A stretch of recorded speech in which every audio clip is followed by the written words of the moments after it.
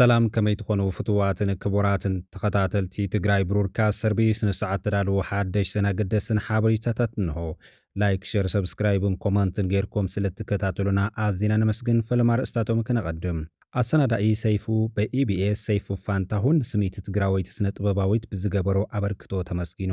ኣምባሳደር ፍስሓ ኣስገዶም ብዛዕባ ምምራቕ ጀነራል ጻድቃን ገብረትንሳኤ ንፕረዚደንትነት ትግራይ ዝምልከት ምስጢራዊ ሓበሬታ ንፈለማ እዋን ወግዓዊ ዝገበረ ነባር ዲፕሎማት ኮይኑ እቲ ነባር ዲፕሎማት ድሕሪ ምብቃዕ ዘመነ ስልጣን ጀነራል ታደሰ ወረደ ማለት ድሕሪ መዓልታት ብወገን ሕወሓት ንጀነራል ታደሰ ስልጣን ክነዋሕ ይፍቀደሉ ዶ ይኸውን እንኮላይ ነቶም ኣብ ኣዲስ ኣበባ ዘለዉ ፖለቲከኛታትን ኣዘዝትን ዝሓቆፈ መንግስቲ ክጣየሽከ እቲ ኣብ መቐለ ዘሎ ሓይሊ ይፈቅድ ዶ ግጭት ከጋጥም ይኽእል ዶ ተጋሩ ኩሎም ኣብ ዝሃለዉ ይሃሉ ንምይይጥ ዝፈቅድ ዕድልከ ኣሎ ዶ ዝብሉ ሕቶታት ዝምልስ ሰፊሕ ምላሽ ይብሎ ብዝርዝር ክንሪኦ ኢና።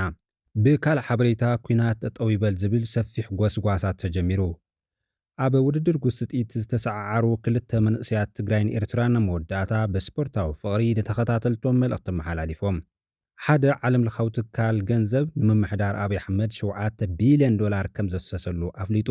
ኣብዚ ዓመት ብመንግስቲ ኢትዮጵያ ብሰራዊቱ ዘጥፍኦ መጠን ገንዘብ ከባቢ 3.7 ቢልዮን ዶላር ኣሜሪካ በፂሑ ተባሂሉ ዝብሉ ነሰዓት ተዳለዉ ሓደሽትን ኣገደስን ሓበሬታታት እዮም። ሳና ጸኒሕኩም ክትከታተልዎም በመዕዳም ናብ ዝርዝራቶም ክንቅጽል። ኣሰናዳኢ ሰይፉ በኢቢኤስ ሰይፉ ፋንታሁን ስምዒት ትግራወይቲ ስነ ጥበባዊት ብዝገበሮ ኣበርክቶ ተመስጊኑ። ሰይፉ በኢቢኤስ ከያኒት ንግስቲ ሓየሎም ጋሽኡ ገይሩ ኣቕሪብዋ ኣሎ። ንሕክምና ኢላ ናብ ኣዲስ ኣበባ ከም ዝኸደ ዝነገረቶ ኮይና ከመበገሲ መሕከመ ዝኸውን ብምባል 300,000 ሓገዝ ከም ዝገበረ ተፈሊጡሎ። ሓደ ናይ ዓይኒ ትካል ስፔሻሊስት እውን ዘድሊ ምርመራ ኩሉ ብናፃ ንክትሕከም ክሳብ እትሓዊ ቃል ከም ዝኣተወላ ተገሊጹሎ። ብተወሳኺ እውን ሰይፉ ኣብቲ ዘዳለዎ ፕሮግራም ኣብ መላእ ዓለም ዝርከቡ ፈተውቲ ንግስትን ኣድነቕታን ሓገዝ ክገብሩላ ህፁፅ ፃውዒት ተቕሪቡሎ። ሓደ ዓለም ለኻዊ ትካል ገንዘብ ንምምሕዳር ኣብይ ኣሕመድ 7 ቢልዮን ዶላር ከም ዘፍሰሰሉ ኣፍሊጡ። ኣብዚ ዓመት መንግስቲ ኢትዮጵያ ብሰራዊቱ ዘጥፎ መጠን ገንዘብ ድማ ከባቢ 3.7 ቢልዮን ዶላር በፂሑ ተባሂሉሎ። ኢንተርናሽናል ፋይናንስ ኮርፖሬሽን ኣብ ኢትዮጵያ 7 ቢልዮን ዶላር ብስም ኢንቨስትመንት ከም ዘፍሰሰ ኣፍሊጡ። እቲ ወደጋይ ውዕሎን ብምባል ክሳብ ካብ መንበሪ ስልጣኑ ንምእላይ ምኽንያት ከም ዝኾነ ዝእመነሉ ብምዕራባውያን ዝድለ ዘቤታዊ ሪፎርም ዝበሃል ፖሊሲ ምዕራባውያን ብምምሕዳር ኣብይ ንምፍጻም ተባሂሉ ኣብ 2010 ዓ.ም 10 ቢልዮን ዶላር ካብ IMF ተሰሊዑሉ መንባሩ ኣይርስዕን። ጨንፈር ባንኪ ዓለም ዝኾነ ኢንተርናሽናል ፋይናንሻል ኮርፖሬሽን IFC ብወገኑ ኣብ ዝሓለፉ 5 ዓመታት ኣብ ኢትዮጵያ ኣስታት 7 ቢልዮን ዶላር ውፍሪ ከም ዝገበረ ኣፍሊጡሎ። እዚ ጸብጻብ ወግዓዊ ዝኾነ ኮሚሽን ኢንቨስትመንት ኢትዮጵያ ንኢንቨስትመንት ድልውቲ እያ ብዝብል መሪሕ ቃል ብ17-18 መጋቢት 2018 ዓ.ም በኣዲስ ኣበባ 4ይ መድረኽ ኢንቨስትመንት ኣብ ዝተኻየደሉ እዋን እዩ። ኣብቲ መድረኽ ዝተረኸበ ዳይሬክተር ኢትዮጵያ ዓለም ለኻዊ ፋይናንስ ኮርፖሬሽን ማዴሎ ሚኖፍ እቲ ትካል ነዊሕ እዋን መሻርክቲ ኢትዮጵያ ምዃኑን እቲ ገንዘብ ዝተለኣኸ ኣብ ሃዋህው ፖሊሲ ብዝተገብረ ለውጢ ኣብ ኢትዮጵያ ምቹው ዕድላት ንግዲ ብምፍጣር ከም ዝኾነ ገሊጹሎ። ንምምሕዳር ኣብይ ድማ 7 ቢልዮን ዶላር ከም ዝሃበዎ ኣፍሊጡሎ ክብል ጋዜጣ ሪፖርተር እዩ ጸብጺብዎ ዘሎ። የዓለም ባንክ ክንፍ የሆነው ዓለም አቀፍ የፋይናንስ ኮርፖሬሽን ባለፉት 5 ዓመታት በኢትዮጵያ ወደ 7 ቢሊዮን ዶላር የሚጠጋ ሀብት በኢንቨስትመንት መልክ ማፍሰሱን አስታወቀ። የኢትዮጵያ ኢንቨስትመንት ኮሚሽን ኢትዮጵያ ለኢንቨስትመንት ዝግጁ ናት በሚል ርዕስ መጋቢት 17ና ኣብዚ ዓመት መንግስቲ ኢትዮጵያ ኣብ ሰራዊቱ ዘጥፎ መጠን ገንዘብ ከባቢ 3.7 ቢልዮን ዶላር ከም ዝበጽሕ ተፈሊጡ። ኢትዮጵያ ኣብ ዝሕዝ ሒዝናዮ ዘለና ዓመት ኣብ ወተሃደራዊ ትካላት ኣብ ዝገበረቶ ወፍሪ ካብ መላእ ሃገራት ምብራቕ ኣፍሪካ ቀዳመይቲ ከም እትኸውን ተገይሩሎ። ጉርባብቲ ሃገራት ኢትዮጵያ ኣብ ህንፀት ጽርግያታትን ልምዓታዊ ትሕተ ቅርጽን ኣድሂቦም ኣብ ዘለውሉ እዋን ኢትዮጵያ ግና ሕልፊ ካልእ እዋን ኣብ ህንፀት ሰራዊት ኣድሂባ ከም ትርከብ እዩ ዝግለጽ ዘሎ። እዚ ዓመት ኣብ ኢትዮጵያ ኣብ ዞባ ምብራቕ ኣፍሪካ ዝዓበየ ወተሃደራዊ በጀት ዝሰልዐት ሃገር ግን ኢትዮጵያ ኮይና ኣላ። እቲ ሃገር ካብ ዞባውን ውሽጣውን ጸጥታዊ ስጋኣታት ንምክልኻል ሰብ ኣልቦ ነፈርቲ ኩናት ከምኡውን ዘመናዊ ኣጽዋራት ኣብ ምሽማትን ምፍራይንያ ተድህብ ዘላ ተባሂሉሎም። ኣብዚ ዓመት መንግስቲ ኢትዮጵያ ኣብ ሰራዊቱ መጠን ዘፍሰሶ ገንዘብ ከባቢ 3.7 ቢልዮን ዶላር ኣሜሪካ በፂሑሎ ክብል እዩ ኣፍሪካዊው ጸብጺቡ ዘሎ። ኩናት ጠጠው ይበል ዝብል ሰፊሕ ጎስጓሳ ተጀሚሩ። ኣብ መላእ ኣሜሪካ አንጻር ዶናልድ ትራምፕ ዘቕንዐ ሰፊሕ ኣይፋል ንንግስነት ወይ ንምልኪ ዝብሉ ተቃውሞታት ተኻይዶም። ኣብ መላእቲ ሃገር ኣብ ዝርከባ ከተማታት አንጻር ምምሕዳር ትራምፕ ዓበይቲ ተቃውሞታት ይካየድ ኣሎ። እዚ ሰልፊ እዚ ኣይፋል ንንግስነት ማለት ኖ ኪንግስ ተቃውሞታት ንሳልሳይ ዙር ዝተኻየደ ኮይኑ ቁፅሪ ተሳተፍቲ ሰልፊ ኖ ኪንግስ ካብ ዝሓለፉ ብዝተዓፃፀፈ ኩነታት ከም ዝወሰኸን ቀልቢ ብሚልዮናት ዝቑፀሩ ህዝቢ ይስሕብ ከም ዘሎን ተሓቢሩ ኣሎ። ተሳተፍቲ ሰልፊ ኖ ኪንግ ኣንጻር ፖሊሲታት ፕሬዚደንት ዶናልድ ትራምፕ ምውሳኽ ዋጋ መነባብሮ ምስ ኢራን ዝካየድ ዘሎ ኩናትን ብምኹናን እዮም ድምፆም መስሚዖም ዘለው። ትራምፕ ከም ንጉስ ክገዝአና እዩ ሃጉ ኢሎም ዝኸሰሱ ኣተሓባበርቲ ሰልፊ ተቃውሞ እዚ ግን ኣብ ኣሜሪካ ይሰርሕን ስልጣን ድማ ናይ ህዝቢ እዩ ኣሜሪካ ናይ ሓለምቲ ንግስነት ወይ ናይ ቢልዮነራትን ኮራኽሮምን ኣይክትከውንን እያ ክብሉ እዮም ተቃውሞ ኣስሚዖም ዘለው።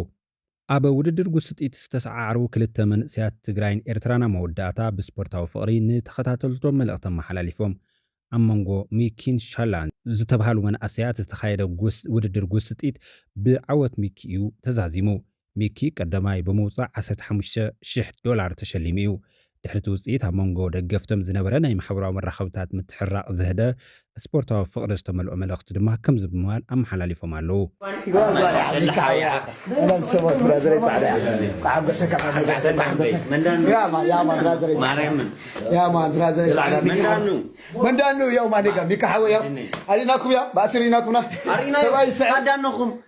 ማንም ሰብ ገይርዎ ለይፈልጥ ነገር ኣቲና ገጽና ተበላሽን ደሕና ኣተርእዩና ዮ ወይለከ ሸላም ስሚክ ተራኺቦም በሉ ሸላም ስሚክ ሎም ተራኺቦም ይስሕቁለው ይዘናግዑለው ጽቡቕ እምበር ንዓና ባይስኩም ተዓሪኩም እስኪዮ ቸላ ንፋዓት ዘምሕዋተይ ናይ ክሃብዎም ዘምሕዋተይ ኣምባሳደር ፍስሓ ኣስገዶም ብዛዕባ ምምራፅ ጀነራል ጻድቃን ገብረትንሳኤ ንፕሬዚደንትነት ትግራይ ዝምልከት ምስጢራዊ ሓበሬታ ንፈለማ እዋን ወግዓዊ ዝገበረ ነባር ዲፕሎማት ኮይኑ ናይ ዘመን መንእሰያት ተቐዲምና ከም ዝረአናዮ ፍቕርን ሕውነትን ኣብ ሰብ ኩላ ዘለዎ ዓለም ንመናእሰይ ስናይ ግብሪ ምርኣያ ክኾኑ ዝግብኦም ዝነበረ ኣቦታት ፖለቲካ ዲፕሎማስን ወተሃደራዊ ሳይንስን ትግራይ ግን ደም መናእሰይ ስርኦም ከም ምዋፅእ ክገብርዎ ከም ዝደልዩ እዮም ብግልፂ ዝዛረቡ ዘለው።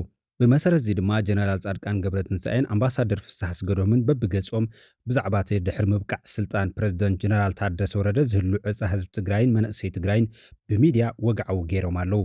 ጀነራል ጻድቃን ገብረትንሳኤ ኣብ ትግራይን ዘለዎ ብፅኦቱ ክሳብ ብኩናት ምእላይ ዝበፅሕ ወፍሪ ከም ዝካየድ ብግልፂ ኣብ መድረኽ ዝተዛረበ ኮይኑ ኩናት እንተሃልዩ እውን ብጣዕሚ ሓፂር ብንእሽተይ ዋጋ ዝብል ኣገላልፁ ንብዙሓት ዘሰንበደን ሓፂር ብንእሽተይ ዋጋን ማለት ክንደይ ዓመት ወይ ክንደይ ሰብ ክመውት ከሎ እዩ ዝብል ሕቶ ኣልዒሉ እዩ። ዝግበር ኩናት ብጣዕሚ ሓፂር ብንእሽተይ ዋጋ ዝፍታሕ ክንገብሮ ኣለና። እቶም ወንጀለኛታት ተነፂሎም ወፂኦም ዝሰንበይኖም ፀገም ዝጋፈጠሉ ኩነታት ክንፈጥር ክንፅዕር ኣለና።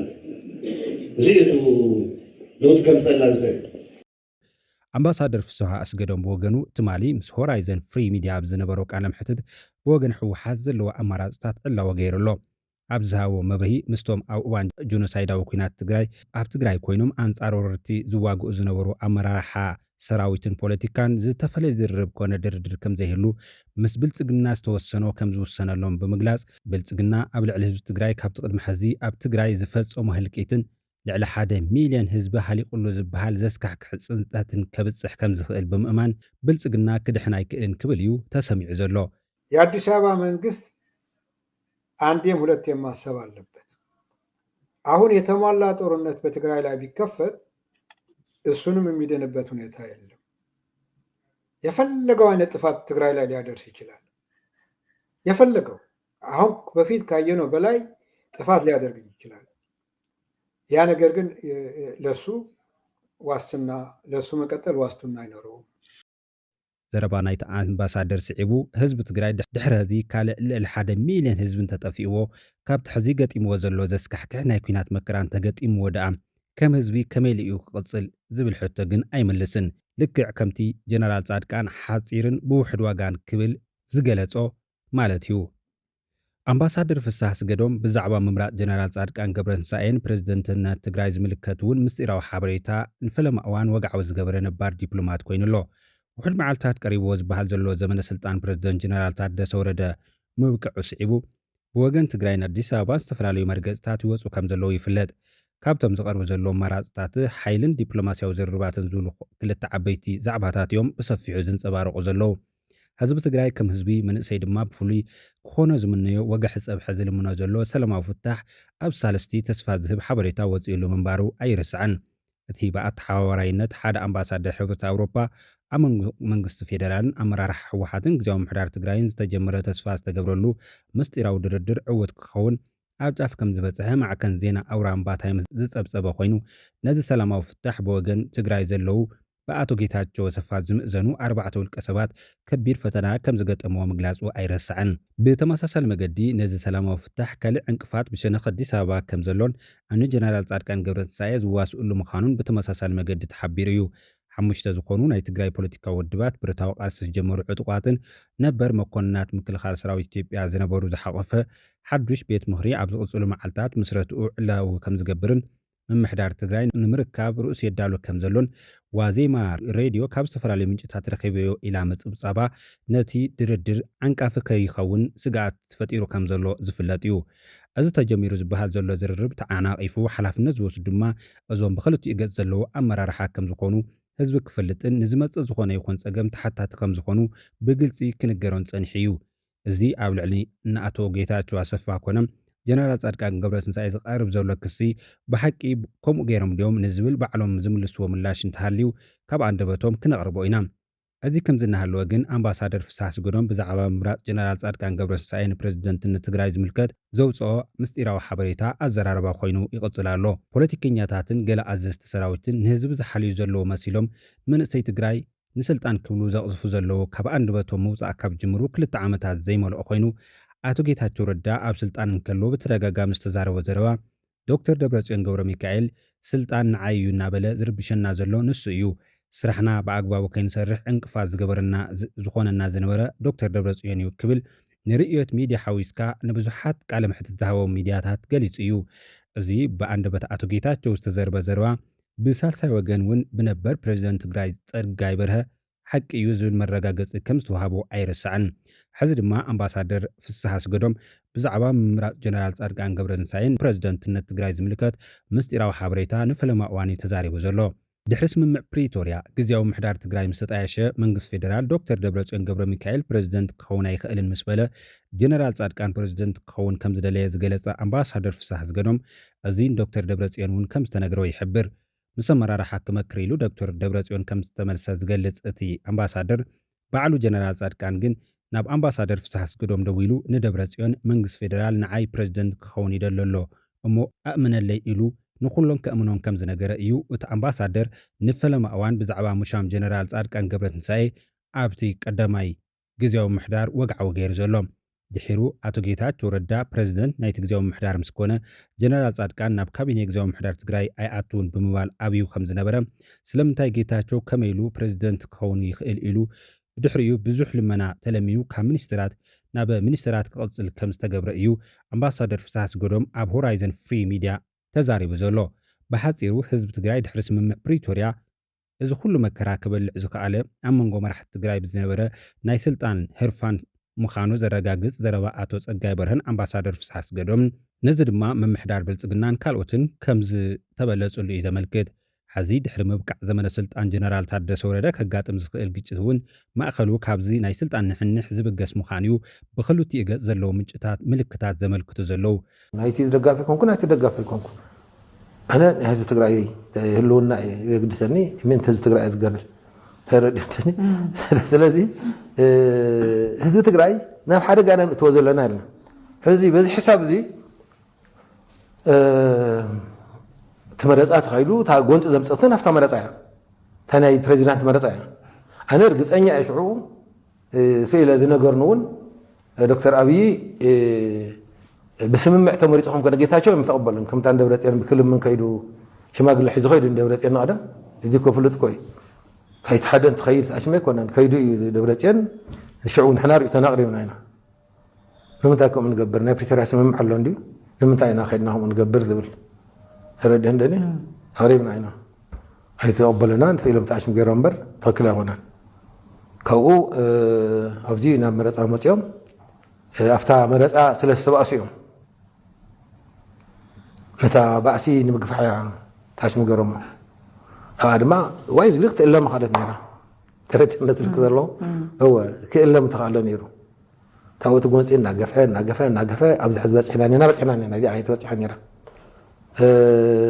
ዞባታት ወረዳታት እናተቃውምዎ ትኽክል ኣይኮነን ዝግባእ እዚ ኢሎም እናተቃውምዎ ኣብኡ ዘሎ መሪሕነት እምበር ህዝቢ እኮ ኣይኮነን ይብሉ ዋ ከምኡ እንተኮይኑማ ነቲ ህዝቢ ዘይንረኽቦ እሞ ነቲ መሪሕነት እኮ ኣብ ወረኦም ዘይነራግፎ ሳኮያ ኣነ የዶክተር ደብረጽዮን ፕሬዚደንሲ አብይ አህመድ አልቀበልም ብሎ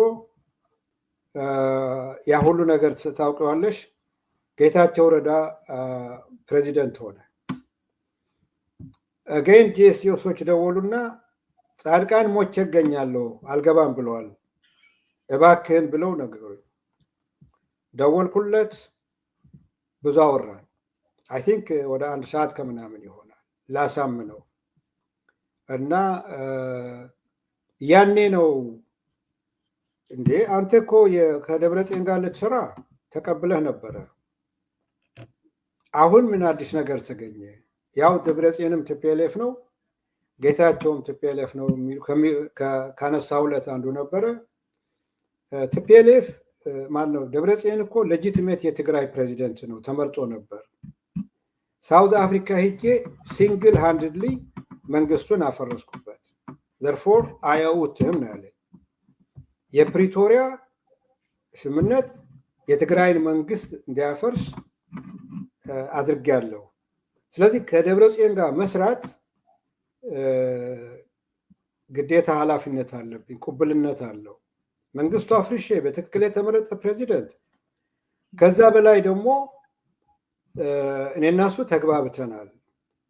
እኔ በምሰራው ስራ ምንድነው ገመዱ ረጅም እንዲሆን በቃ ቁጥጥሩ ይሄ በዲሞክራሲ በዲሴንትራላይዜሽን የምትይው ነው። ከዚህ ሰውዬ ግን በምንም ተአምር አልሰራም። ምክንያቱ በምን ሂሳብ ያኛውም ቢሆን አቅም የለውም፣ ግን የትግራይ ፕሬዚደንት ስለነበረ ይሄኛው ግን አልነበረም። ለፎር 1 ሰዓት ከምናምን ነው የተከራከርኩት። ይሄ ነው ሳውዝ አፍሪካን በተመለከተ ምን ማለት ነው ብዬ መጠየቅም ነበረብኝ አልኩት። ግን አሁን የምናወራው ያለን ስለ ትራንዚሽኑ ነው። ይገባኛል ደግሞ በዛን ሰዓት በጣም ስሜታዊ ነበረ። በጣም እኔ ትግራይን ማስተዳደር ስለማልችል ነው ወይ 1 ዓመት ትግራይን ማሻገር አልችልም ሲለኝ፣ እኔ ደግሞ ምልሽ በዚህ እድሜ ትንሽ ሐቋን መናገር ስለምፈልግ እንዲገባም ስለምፈልግ አንዳችሁም መለስ አይደላችሁም፣ ሁላችሁም የተመጣጠነ አቅም ያላችሁ በእኔ አይን። አንዱ በጣም ስትራቴጂክ ራዕይ ያለው ምጡቅ ሳይሆን ኮሌክቲቭሊ ግን ትግራይን ልታሻግሯት ትችላላችሁ። ስለዚህ አንተም ብትሆን ፕሊዝ በጣም ኤግዛጀሬትድ የሆነ ይጓይ ኑሮ። ይሄ እንግዲህ አቅርቤ ነው የነገርኩት። ስለሌላው የሰው ካራክተር የሰው ጠባይ አይ ዊል ኖት ኮሜንት። በስራ ግን ደብረጽዮን ብሎ የነበረ ጌታቸውንም እንዲያደርግ ላናግረው ስለው በፍጹም አታናግረው፣ በሚቀጥሉት 2 ቀናት ብዙ ነው የነገረኝ። እኔን ነው ፕሬሸር የምታደርጉኝ፣ ጂኤስቲኤስ ምን ፕሬሸር እያደረገኝ ነው፣ ለምንድን ነው እኔ ፕሬዚደንት እንደሆን የማትሰሩት? ጂኤስቲኤስን አስተባብረህ ቲፒኤልኤፎች ሀሳባቸው እንድትቀይር ሲለኝ፣ እንደ በእኔ ላይ ያለ እምነት ሌላ ነው። የቲፒኤልኤፍ ከኔ በላይ አንተ ታውቀዋለህ። አንደኛ ጂኤስቲኤስ አስተባብሬ እኔ አላስመረጥኩም፣ ወሬ ነው። 5 ሰዎች ጠየቁኝ ከጂኤስቲኤስ በግሌ ቢሆን he qualifies, he is as educated as any one of them። ጦርነት መክቷል፣ ኤክስፖዠር አለው፣ ቢገባ ጥሩ ነው። ግን ጂኤስቲኤሶች የምትመርጡት አይመስለኝም ብዬ ለጠየቁኝ 5 የቅርብ ጓደኞቼ ተናገርኩ። ከዛ ስፒን ተደርጎ ሎቢ አድርጎ አስመረጠው ተባለ። እሱም ይህንን አምኖት አንተ እንዳስመረጥከኝ አሁንም ቲፒኤልኤፎች እኔን ፕሬዚደንት እንዲያደርጉኝ አለኝ። አይ አይሆንም፣ ግን እንግዲህ ብዙ ነው ያናገርሽኝ። ያኔ ምን ብሎኛል? አዲስ አበባ ሄደን ከደብረጽዮን ጋር አብይ አንተን አልቀበልም፣ ጻድቃንን ስጡኝና እዚህ እንጨርሰው ብሎታል። ደብረጽዮን ደግሞ ይሄ የማድረግ ስልጣን የለኝም፣ አንተ ያደረከውን ውሳኔ ተመልሼ ለቲፒኤልኤፍ ለወከለ ይነግራለሁ፣ ቲፒኤልኤፍ የፈለገውን ውሳኔ ያደርጋል፣ አለው ራይትሊ ሶ አለ ጻድቃን ፎር ዘ ሬከርድ ደብረጽዮን እንደዚህ ማለቱ ትክክል ነው ሲለኝ ታዲያ ምን ያድርግ መቀሌ መጥቶ ቲፒኤልኤፍ ጋር ተገናኝቶ ጻድቃንን እንደ ካንዲዴት ኮንሲደር እናድርገው ብሎ እኔን አላቀረበኝ ቲፒኤልኤፍ አይደለም አንተ ቲፒኤልኤፍ ኔጎሺዬት አድርጎ 50+1 እያለ አንተን ፕሬዚደንት ሊያደርግ እንዴት ትጠብቃለህ ቢያደርግ እኔ ችግር የለብኝም ከተስማማችሁ ግን ይሄ ትክክል አይደለም ይልቅስ አሁን ያልካት ላንተ የፖለቲካ ታሪክ መጥፎ ሪከርድ ነኝ ምክንያቱም ቲፒኤልኤፍ ጻድቃንን ስጡኝ እንዳለ ጻድቃን ያውቃል ጌታቸው ያውቃል አልከኝ ነገ ጠዋት ትግራይ ቲቪ እና ዲደብሊው ፕሮግራም ቢሰሩበት አብይ አህመድ ሊሾም ምስሌና እንቀበልማል አኩርፎ ወጣ እንዳትባል ፕሊስ ግባ እኔ ሁሉም ማውለው ለትግራይ ኢንተረስት ብዬ ነው አይ ጌት ናቲንግ ስምህ እንዳይበላሽ እኔ ያለህን ስም እንዲጠበቅ ፈልጋለሁ መመክርህ 4 ወር 3 ወር ስራና ጌታቸው አያሰራኝም ብለህ ውጣ ከዛ በኋላ ሌላ ትርጉም አይሰጠው ካልሆነ የአብይ አህመድ ሹመኛ እንቀበልም ስላል አኩርፎ ወጣ ልትባል አይ ካን ሲ ዘ ራይቲንግ ኦን ዘ ዎል አልኩት ይታየኛል በቴሌቪዥን ምን እንደምትባል ጻድቃን አይ ዋዝ ዲፌንዲንግ ሂም አሁን ይህንን ማወጣው ያለው ስለጠየቅሽ ነው ሁለተኛ there is nothing ምክንያቱም ጌታቸውና ጻድቃን እኔ ስለኔ ብዙም ሲናገሩ ምንም ሰምቼ አላውቅም የሚሉት ነገርም አይኖራቸውም የነሱ ተላላኪዎች ግን ከጭንቅላቴ መውረድ አልቻሉም ምን እንደሆነ አይገባኝም ሚስጥር ስለያዙ ነው አርሶ ሚስጥሩን አፍነው ስለያዙ ነው አሁን ለምሳሌ የነሱ ማንነትም እየነገረኝ ክቡራትን ክቡራንን ድሕሪ ምብቃዕ ዘመነ ስልጣን ጀነራል ታደሰ ብወገን ሕወሓት ጀነራል ታደሰ ስልጣን ክነዋሕ ይፍቀደሉ ዶ ይኸውን እንኮላይ ነቶም ኣብ ኣዲስ ኣበባ ዘሎ ኣካላት ዝሓቆፈ መንግስቲ ክጣየሽከ እቶም መቐሎ ዘሎ ሓይሊ ይፈቅድ ዶ ግጭት ከጋጥም ክኽእል ዶ ተጋሩ ኩሎም ኣብ ዝሃለዉ ይሃልዉ ንምይፅ ዝፈቅድ ዕድልከ ብኩሎም ኣሎ ዶ ዝብሉ ሕቶታት ዝምልስ ሰፊሕ ምላሽ ዝሓዘ ቃለ መሕትት ኣምባሳደር ፍሳሕ ስግዶም ድሒሩ ክቕፅል እዩ ቅድሚኡ ግን ኣብ ክንፊ ፕሮፓጋንዳን ጽምዶን ዝነጥፍ ዘሎ ጎዲፋይ ጥላሁን ገለ ብዛዕባ ብወገን ትግራይ ዘሎ ድሕሪ ጀነራል ታደሰ ወረደ ዝምልከት ሓበሬታ ኣካፊሉ ኣሎ ኣብ ጽምዶ ዝቐርቡ ዘለዉ ነቕፌታት እውን ቀዲሞም ክቐርቡ እዮም ሰናይ ምክትታል መረፃ ናይ ቅድሚ 5 ዓመት ዝነበረ መረፃ እንተ ተባሂለት ናይ ጳጉሜ ዝበሃል መረፃ እንተኾነ 5 ዓመቱ ንሱን ወዲእዎ እዩ ኤክስፓየር ገይሩ እዩ መይቱ እዩ እንታይ ዝበሃል ኣረንጅመንት ተባሂሉ ባይ ሕወሓት ናተይ ወንበር ኢሉ ክመፅኡ እንተኮይኑ እውን ኣየናይ ብማእዝ ተመረፆ ናይ ማእዝ ቤት ምክሪ ይመለስ ክበሃል 5 ዓመት ተወዲእ ናይ ሕወሓት እውን መን ዝበሃል ይመፅእ እንታይ መስለካ ስታሊን እዚ ጥራሕ እኮ ይኮነን ሕዚ من መንግስቲ ዳ ይመረፅ ትግራይ ብመንዳእ ትመራሕ ዝብል ይተዓብይ ሕቶ ተምፅኦ ዘለካ እንድሕር ግዜያዊ ምሕዳር ተዘይቀፂሉ ዝመፅእ ክልተ ሰናርዮ ዝመፅእ እቲ ሓደ ዝነበረ መንግስቲ ምምላስ እዩ 2013 ማን 2012 ቋቕሜን ዝተመረፀ ቤት ምክርናው ነበረ ምምላስ እዩ መንግስትናው ዝነበረ ምምላስ እዩ ካልኣይ ሰናርዮ ካሊ ጥምር ናይ ጥምረት መንግስቲ ምምስራት እዩ ኬርቴከር ክትውሎ ትኽእል ወይ ከዓ በዓል ሓደራ ክትውሎ ትኽእል ሽግግር ክትውሎ ትኽእል ካሊእ ክትውሎ ትኽእል ማለት እዩ ሕዚ ከመይሉ ናብ ምርጫ ይኣቱ ከመይሉ ናይ ጳጉሜ ዝሓለፈ ጳጉሜ መሊእዎ 5 ዓመት ማለት ዝኸውን ሲ ወጊና ነርና ኣይተጠቐምናሉን ቤት ምክሪ ተኣከብናን ክራይሲስ ኢና ነርና ኢልካ እኳስ ምክንያት ኳ ክትፈጥረ ይትኽእልኒ ኢኻ ቅድሚ 5 ዓመት ተገበረ መረፃስ ከመይ ገይረ ናብ ምርጫ እውን ክመፅእ ኣለዎ ዶ እርሱ እዚ ክልስኻ ከም ክልተ ኣማራፂ ጌርካ ተን ሴናርዮ ተቐምጠን ኣለኻ ንሴናርዮስ ይበቅዕ ዶ ብሱ ትዛረቡ ኣለኻስ ይበቅዕ ዶ ሓደ ሕቶ ንሱ እዩ እክል እንዲኻ ኣነ ሓታት ክልተና ሓታታትና ንኺድ እሞ ሶ እንድሕር 5 ዓመት ተወዲኡ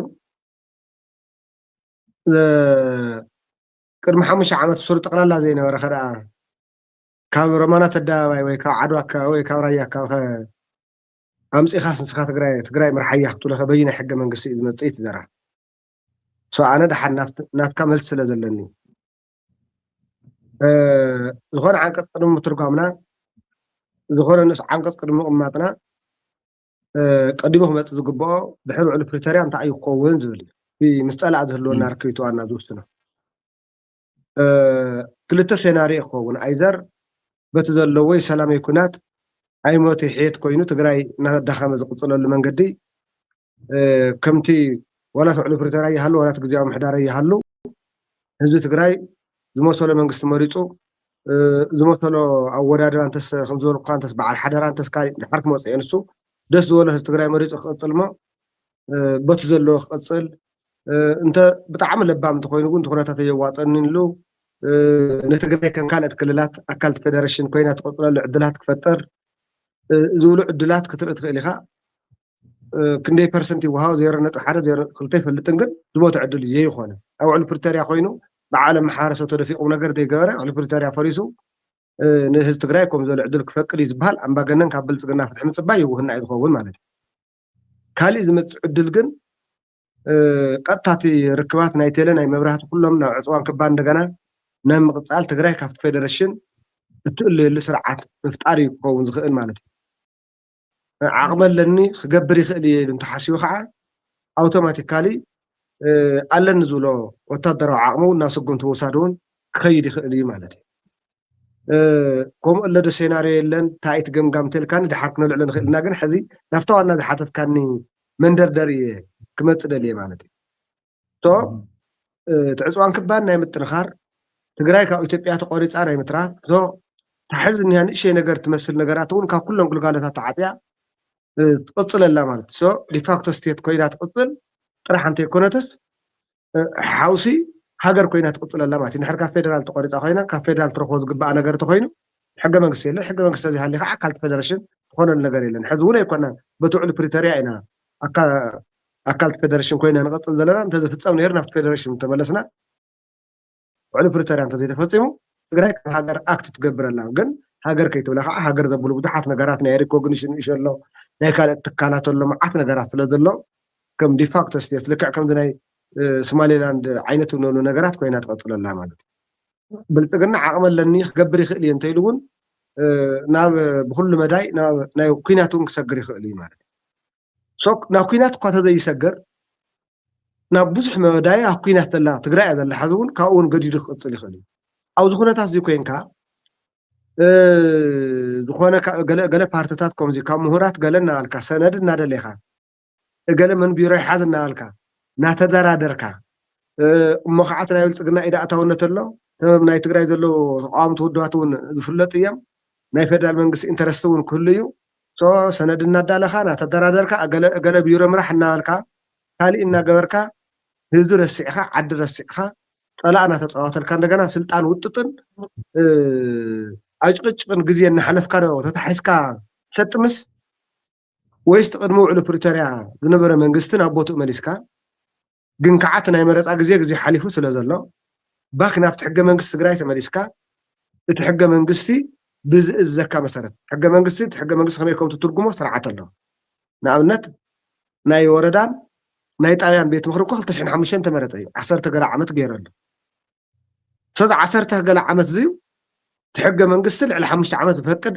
ኣይኮነን ዝኾነ ፓርቲ 5 ዓመት ጥራሕ ክመርሕ ዝኽእል ግን ክትመርፅ ዕድል ዘይፈቅድ ስለ ዝነበረ ኢትዮጵያ ሙሉእ ተመሊሰን ተን ቤት ምክርታት ብሕጊ ክነዋሓየ እንተገይረን ማለት እዩ ቤት ምክሪ ትግራይ መሊስካስ ይኹን ሕገ መንግስታዊ ትርጉም ሂብካ ናይ ትግራይ ሕገ መንግስቲ ትርጉም እትህሉ ስርዓት ኣሎ ሕገ መንግስቲ ተርጉምካ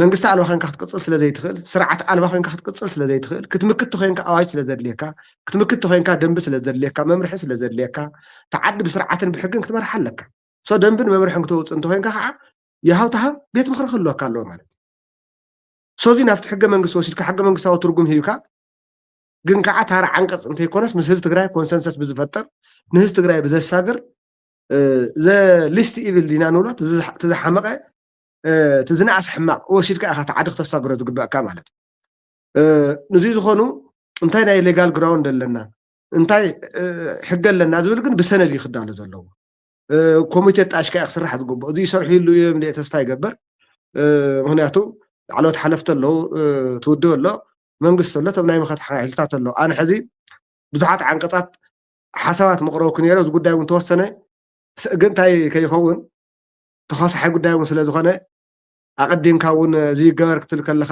ገለ ደኸረኺዎ ገለ ደኸረኺዎ ዝብል እውን ዝመፅእ ስለ ዝኾነ ፎርማሊ ካብ ዝምልከቶ ኣካል እስካዕ ዝመፅእ ኣነ ዝፈልጦ ነገር የብለይን ግን ናይ ውልቀ ምተዛረብኩ ፎርማሊ ካብ ዝምልከቶ ኣካል እስካዕ ዝመፅእ ማንም ወኪልና ይኮና ነው ዘለኻ እኮ ጎደፋይ ከም ውልቀ ሰብ ኢኻ እኒኻ ኣብዘይ ጆኻ ትፍራሕ ኣነ ምንታይ ካ ትስከፍ ኣብ ሚድያ ፕሮኣክቲቭሊ ቀዲምካ እውን ምርኣይ እኮ እዩ ናይ ሚድያ ሓደ ሓላፍነት እውን እሱ እኮ እዩ ዘሎ ኦልተርናቲቭስ ትግራይ እንታይ እዩ ዘሎ ዕጫ ትግራይ እንታይ እዩ ኣነ እዚ ቻሌንጅ ይገብረካ ኣለኹ ንኣብነት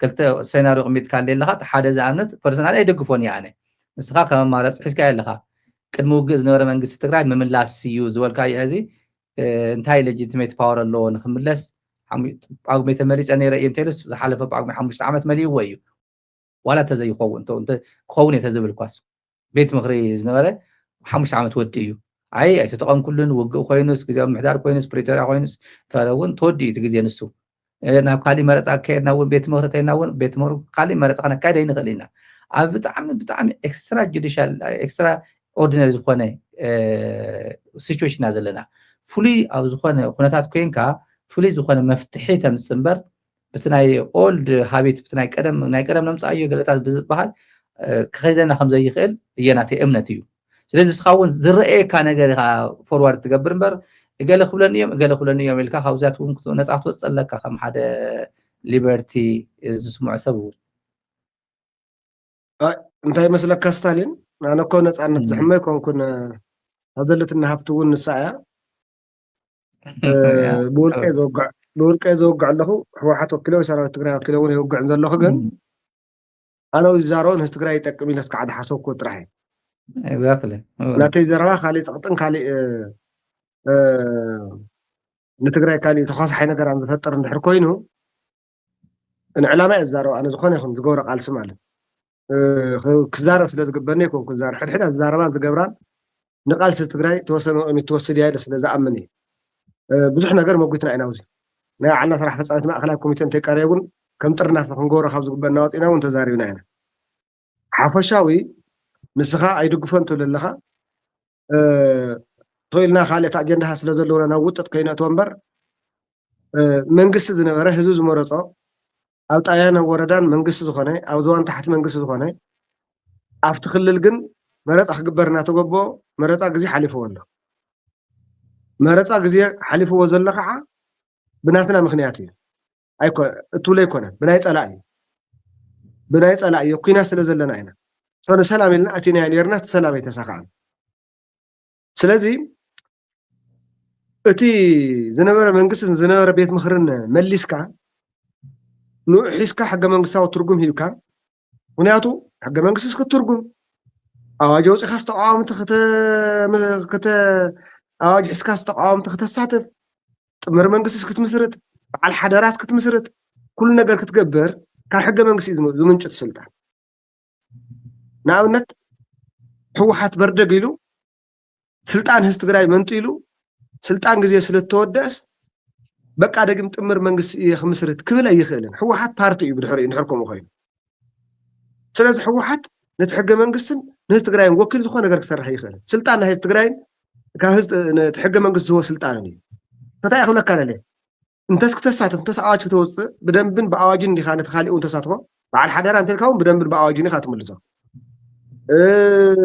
ሽግግር እንተልካ እውን ብደንብን ብኣዋጅን ኢኻ ትምልሶ ከምኡ ክትገብር እንተኮይንካ ነዚ ዘሰጋግረካ ትፀንሐ ቤት ምክሪ ግድን ክመፅእ ኣለዎ ማለት ሕገ መንግስቲ ተርጓሚ ክጣየሽ ኣሎ ምክንያቱ ሕገ መንግስቲ ተርጓሚ ናይ ትግራይ ካብ ቤት ምክሪ ወፃኢ ይኮነ ሕገ መንግስቲ መፃረይ ጉባኤ ዝበሃል እውን ኣሎ እዩ እዚኣቶም ኩሎም ቤት ምክሪ ይፅዋዕ እሞ ይጣየሽ እሞ ድሓርቲ ቤት ምክሪ ናብ ቦትኡ ምስ ተመለሰ ድሓር ብድሕሪ ኢኻ ኣብ ኩናት ኢና ዘለና ኣብ ጥፋእት ኢና ዘለና ሕዚ ናብ ከምኡ ዓይነት ምትሕስሳብ ኣይንኣቱን ሶት ስልጣን ናይቲ ፈፃሚት ይቐፅል እቲ ዝነበረ ገዛ ወዱ ይቐፅል ተኢሉ እቲ ቤት ምክሪ እዩ ዝውስን ኣይ ስልጣነ ቅዕየ በዓል ሓደራ እየ ዝምስር ተኢሉ እውን ንስኡ ደንቢ ዘውፅእ ንስኡ ኣዋጅ ዘውፅእ ካብዚ ወፃኢ ካብ ኣዋጅን ካብ ደንብን ወፃኢ ሕገ መንግስታዊ ትርጉም ከይሃብካ ካብ በርደግ ኢሉ ዝኾነ ኣተ ምክትል ሕወሓት ዝኾነ ኣማሊእ ሰፋ ቦምበር ዝኾነ ደብረፅዮን ወይ ዝኾነ ሚስተር ኤክስ መፅኡ በቃ ከምዚ ንግበር ክብል ኣይኽእልን ማንዴት የብሉን ስልጣን ህዝቢ ትግራይ ክምንጥል ኣይኽእልን ስልጣን ህዝቢ ትግራይ ኣብቲ ቤት ምክሪ እዩ ዘሎ ዝቤት ምክርዝዩ ኣብ ስሩሑ ዘይቀጸለሉ መረጣው ሰዓት ዘይተገበረሉ ከዓ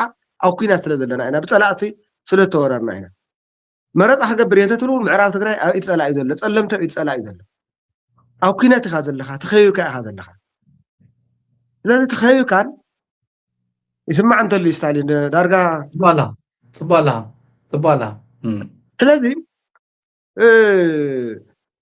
ሰለስተ ወረዳ ጸለምቲ ሙሉእ ተወሲዱካ ምዕራብ ትግራይ ተወሲዱካ ኣብ ቆበነ ካልእ ምሽክ ኩዒቱና ከበካ እናሃለወ ህዝብ ናብ ስልጣን ሽግሽግን ናብ ስልጣን ድርድርን እታኣትወሉ መንገዲ እሞንስ እውን ከምኡ ዝበለ ናይ ምግባር ንኣብነት ናብ ሽግሽግ ስልጣን ንእቶ እንተዝበሃለስ ኣይተመንዮም ዘሸጋሽጉ ኣይተመንዮም ድርድር ዝፈቅዱ እንታይ ማንዴት ከለዎ ናይ ትግራይ ስልጣንስ ህወሓት ክመቅል ይኽእል ወይ በዓል ኣነ ናይ ዓለይ ክንዲ ዘትሪፈ ኣኻትኩም ክንዲ ዝሂበኩም ክብል ይኽእል ኣይኽእልን ኣነ ትዝበልካ ሸር ይገብረ 5 ዓመት ዘይገበርክዎስ ኣብ ውዕል ፕሪቶርያ ስለ ዝነበርኩ እየ እሞ ስለዚ ዘይተወራረደ ዘይተኣከበ ገዛ ኸራይ ንህኒ ዘይተኸፈለ ናይ ባንክ ሒሳብ ኣለኒ ኢልካ ተወራርደ ስልጣን የለን ዋንስ 5 ዓመት ኤክስፓየር ገይሩ እዩ ኣነ ጥሓን ጎነ ዝወግሕ ሞያይ ኮምፕሮማይዝ ክገብር ኣይደልን ቃለ መሓላ ዝፈጸም ኩሉ ሞያ ኣለኒ ግን ኩሉ ግዜ ሕጊ ዝወፅእ ስርዓት ዝወፅእ ዕላማ ኣለዎ ላብ ልብኹም ተመለሱ መን ብፍላይ 5 ሰባት እስኹም ከም ዓረኹም ትግራይ ክትዕሪ እያ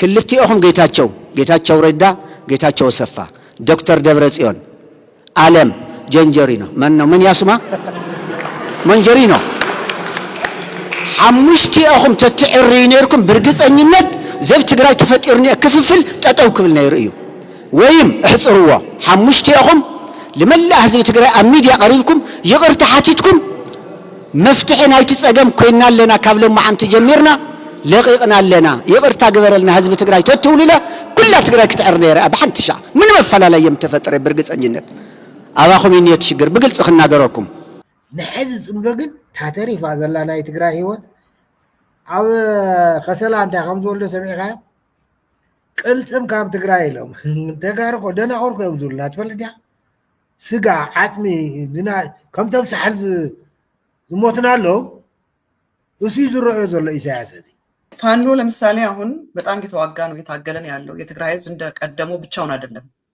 ድሮ የአማራ ህዝብ የአብይ አህመድ ደጀን ነው ይባል ነበር ዛሬ የአማራ ህዝብ የአብይ ጠላት ነው የአማራ ወጣት ለህይወቱ ነው እየተዋደቀ ያለው ኤርትራ የአብይ አህመድ አጋሩና ገብታ ለአብይ አህመድ መንግስቱን አጽንታለታለች ኤርትራ ባትደርስልን ኑሮ ጉዳችን ነበር ብሎናል እሱ ዛሬ ያቺ ባትደርስልን ጉዳችን ነበር የተባለችው ኤርትራ ከሱ ጋር አይደለችም ስለዚህ ጉዱ ፈልቷል ማለት ነው ሱዳንም ግብና መሬትሽን ያጂ ተብላ አጋር ነበረች እነዚህ ሁሉ ዛሬ አብይ አህመድ ጠላት ናቸው ትግራይ ጥሩ ሁኔታ ላይ ነው ያለችው ፋኖ ከአማራ ከትግራይ ህዝብ ጋር አብሮ መስራት ይፈልጋል ከቲዲኤፍ ጋር መስራት ይፈልጋል በተለያየ መግለጫቸው ምን ሰማው እሱ ነው ወልቃይትን እንኳን አጀንዳ ማድረግ አይፈልጉም በአሁን ሰዓት ጠላታችን ብቸኛውና ብቸኛው አብይ ነው የሚሉት ኤርትራ ላይም ለራሳቸው ሲሉ ለህሉናቸው ታጥቀው እንደተነሱ ነው እንሰማው ስለዚህ this is a great opportunity እና ትግራይ ብቻዋን ብቻ ሳይሆን አሁን ያለውንስ ኃይል ኦፊሻሊ ወጣ ለምን ዲክሌር አታረግም ፕሪቶሪያ ከፈረሰ ምንድነው ሪዘርቭ የሚያረጋት ከዛሬ ጀምሮ ከፋኖም ጋራ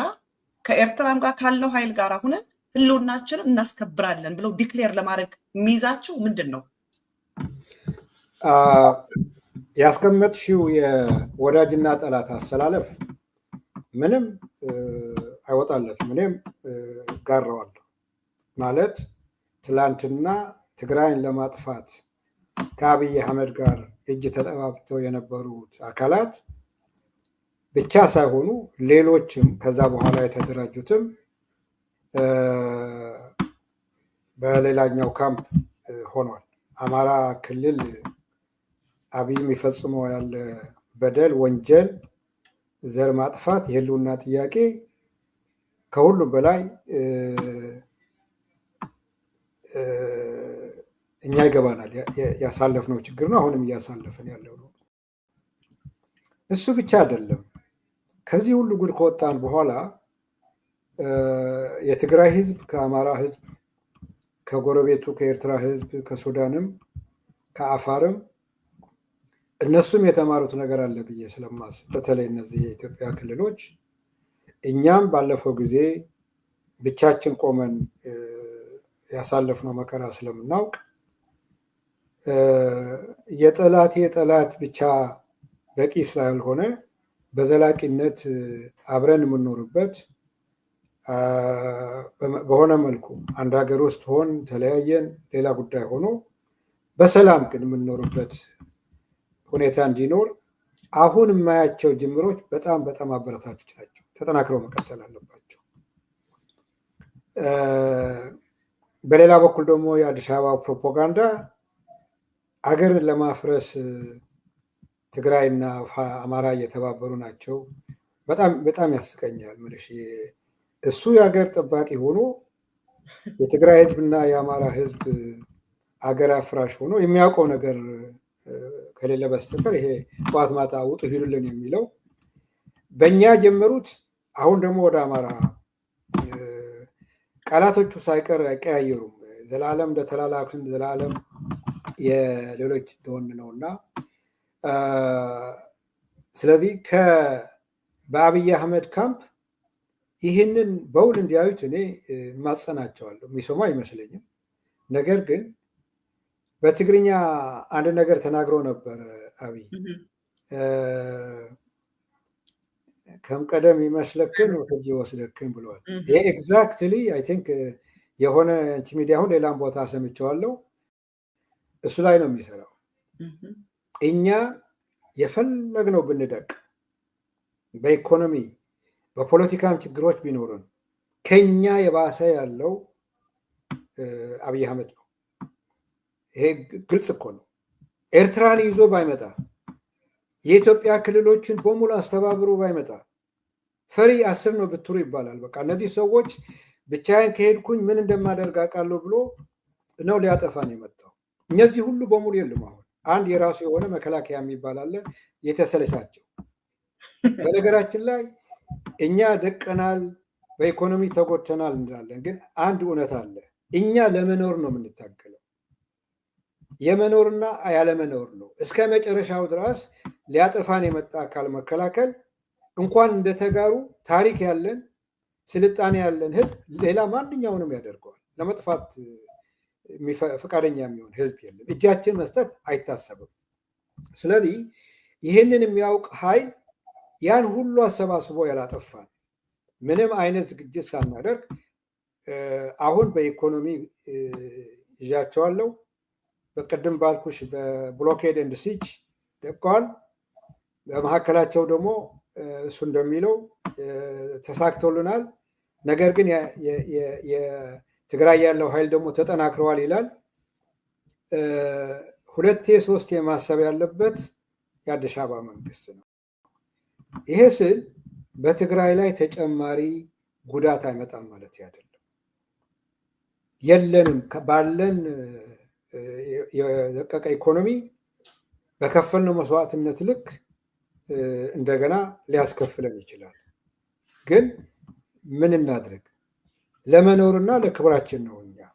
ስለዚህ ቅድም ያልካቸው የኃይል አሰላለፍ እያየ እየሰማ አንደኛ እኛ የምናደርገው ያለን ሰውየውም ጦርነት እንዳይከፍትም ለመከላከል ነው።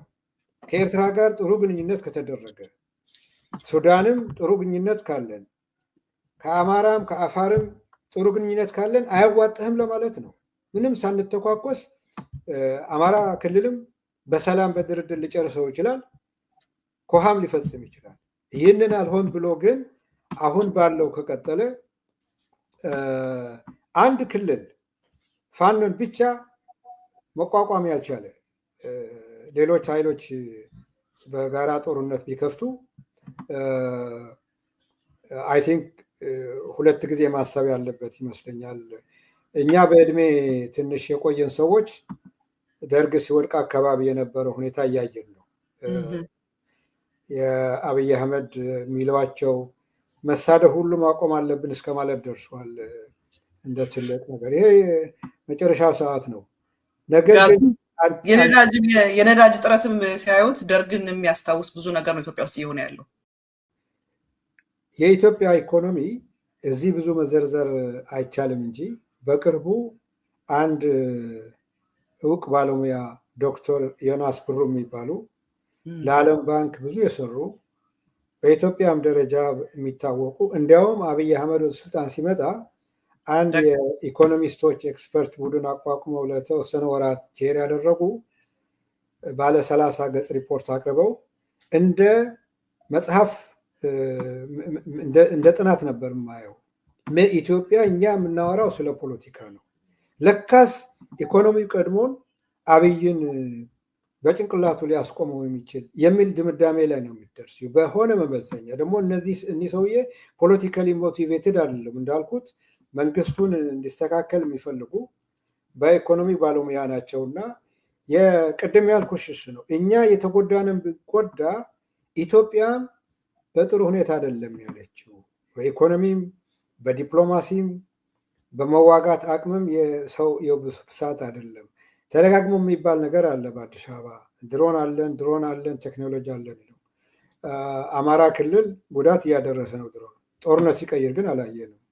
ወረዳዎች ሲቆጣጠሩ፣ ከተሞች ሲቆጣጠሩ የፒፒ ባለስልጣናችን ሲያሳድዱ፣ ከጊዜ ወደ ጊዜ በፋኖ የሚገባው መሬት እየሰፋ ሲሄድ እኔ ሰምቻለሁ። 90% የአማራ ክልል በአንዱም በሌላ በኩል ከአዲስ አበባ ቁጥጥር ውጭ ነው ሲል ቃል አቀባይ ሰምቻለሁ። ኢቭን ተጋነዋል ምናምን ቢባል ለምን 50% አይሆንም? 60% ለምን አይሆንም? እና ይህንን ያላደረገ ድርጅት ከትግራይ ደግሞ ጦርነት መፈለግ፣ ከዛም የሰው ሀገር ሰው ሄዶ አሰብን ለማስመለስ እንሄዳለን ማለት የሚያዋጣው አይመስለኝም። አሁን ማየው ያለው አንዳንድ ሂንት ይህንን ሪያላይዝ ያደረጉ ይመስላሉ፣ ግን ራሳቸው የሚያመጡት ጉድ በእነሱ አይን ሁኜ ባየው ጦርነት ሳያደርጉም የሚቀጥሉበት ሁኔታ ያለ አይመስለኝም። ኢኮኖሚው እየዳሸቀ ነው። ህዝቡ በጣም በጣም ከፍቶታል። የኑሮ ውድነቱ ሰማይ ደርሷል። ይሄ የሚባል ኮንስቲትዩንሲ የለው። በሚናገሯቸው ስሚያቸው። በቃ ትላንት አብራችሁን የነበራችሁ እንዳውም እሱ ያስፈራራቸዋል። የኔ መንግስት ከጠፋ እያንዳንድሽን ታልቃለሽ እያላቸው ነው። አሁን እስከዛ ደርሰዋል። እና የአማራና የትግራይ ከሌሎች ህዝቦች ጋር የሚደረጉ የሰላም ግንኙነቶች በእኔ አስተያየት እነሱ እንዳሉ አብይ አህመድ ወደ ጦርነት እንዳይገባ ዲተረንስ ናቸው፣ መከላከያ ናቸው። ይሄ አላስችል ብሎት እነዚህ ሰዎች አንድ ቀን ይወሩኛል ተፎር እያንዳንዳቸው አሁን ማጥቃት አለብኝ ብሎ ደግሞ ከጀመረ አማራጭ የለንም። በትግራይ በኩል ለምንድን ነው ከዛሬ ጀምሮ ፕሪቶሪያ ኢዝ ናል ኤንድ ቮይድ? እኔ ይህንን ጥሩ ሀሳብ ነው ብዬ አልቀበልም። የትግራይ ሰራዊትና አስተዳደር በተግባር ሊገቡ ይችላሉ። በማወጅ ግን የሚያተርፉት ነገር የለም። እንዲያውም በእነሱ በኩል ተጀመረ። ምክንያቱም ቅድም እንዳልኩሽ በዚህ በሲጅ እና ብሎኬድ መፈናፈኛ ከልክሎ ህዝቡ የሚያልቅ ከሆነ ጦርነት አውጀብናል ብለው ሊጀምሩ ይችላሉ። አብይ አህመድም ጀመሩብኝ ብሎ ሊጀምር ይችላል። ለሶስተኛ ወገን ጨዋታ ግን በአዋጅ አይደለም የሚገባው፣ በተግባር ወደ ጦርነት ከገቡ ይገባሉ። ጦርነት የራሱ የሆነ ህግጋት አለው። ግን እንደ ኃላፊነት ያለው መንግስትና ፓርቲ ግን ከዛሬ ጀምሮ ብሎ መግባቱ ብዙም ጥቅም ላይኖረው ይችላል። ለምን አይከላከሉም? ያግባባናል። ቀደም እንዳልኩት ህዝቡም እየጠየቀ ነው። ይሄ ሰውዬ ሊጨርሰን ነው። ምናልባት የመጨረሻ እድል ነገ ከነገ ብለው የሚጠብቁ ካልሆነ በስተቀር በአንድ በኩል ፕሪቶሪያ ወድቋል እየተባለ በሌላ በኩል ደግሞ ህዝቡ እያለቀ እስከ መቼ የሚለው ያግባባናል። ማወጁና ባይደወይ ከሌሎች ኃይሎች እኮ መስራት ይችላሉ ሲያውጁ። ያም ተስፋ አደርጋለሁ እየሰሩ ናቸው፣ እየተገናኙ ናቸው የሚባል ነገር ይሰማለሁ። እኔ እንደዛ መሆን አለበት ብዬ ነው የማስበው፣ ግን በእርግጠኝነት መናገር አልችልም። መልካም